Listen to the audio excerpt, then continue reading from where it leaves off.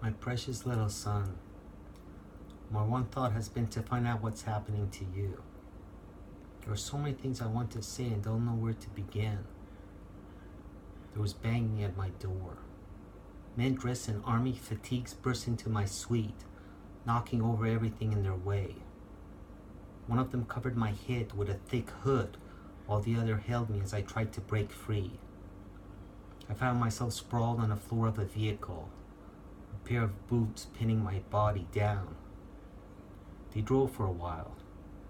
Finally, they stopped and took me to a room. Still blindfolded, they shoved me from one towards the other, and each hit me so viciously that I was thrown against the wall and fell. I became quite numb. I was taken to a cell and my hood was removed. I felt severe pain in my chest and had intense difficulty in breathing. My cell had a very small window with iron bars that looked out. As I tried to get some fresh air, I saw a man picked up by some guards like a battering ram and ran head first against the wall. I was as weak as a human could be. There were sounds of doors opening and footsteps in the night. I could hear prisoners being tied to a pole in the courtyard, their last cries, the command to fire, the shots ringing out, the squad retiring and the bodies being taken away. Another day, as I was taken to the torture room, I noticed naked bodies that were mutilated, waiting to be carried away. I was taken up in a helicopter and made to watch while they threw another prisoner out over the wilderness. They held me at the door, saying they'll do the same to me. They took me back. I felt flat and lonely and didn't seem to care about anything. Nothing seemed to matter anymore. I was losing the will to resist. No sound reached me.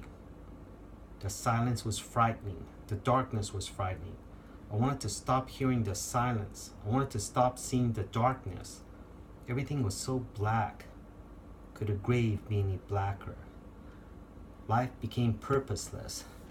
To continue to live like this was purposeless. Was it the end of everything? Nothing more desired, nothing more felt, nothingness? If I was dead, it would be over. I wonder how I could die, what I could do to make myself die. But I don't want to die. I just don't want to live. Just then, I heard my name being called by you, by my little angel. I became angry of not being there for you. Sadness makes you weak. Anger powerful. Behave like a worm and you will be treated like a worm, I told myself. I started thinking about the fairy tales I used to tell you. About how the hero fighting against terrible enemies and surviving overwhelming ordeals, eventually winning a kingdom and living happily ever after. I chose resistance. I made the decision never to feel sorry for myself again. So here I am. I'm locked up not merely within the wall of a cell. Through my own will, I have woven a tough cocoon around myself, next to my skin in this invisible shell. I guard what little remains of my freedom. This is not the end point, however, not the finale. It is simply that my journey at prison is leading me through this bottomless pit.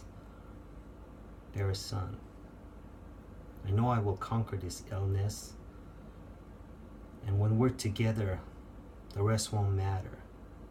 The prison, the hunger, the cold, the torture will no longer matter.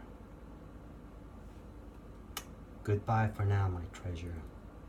One day we'll be together and we'll live happily ever after.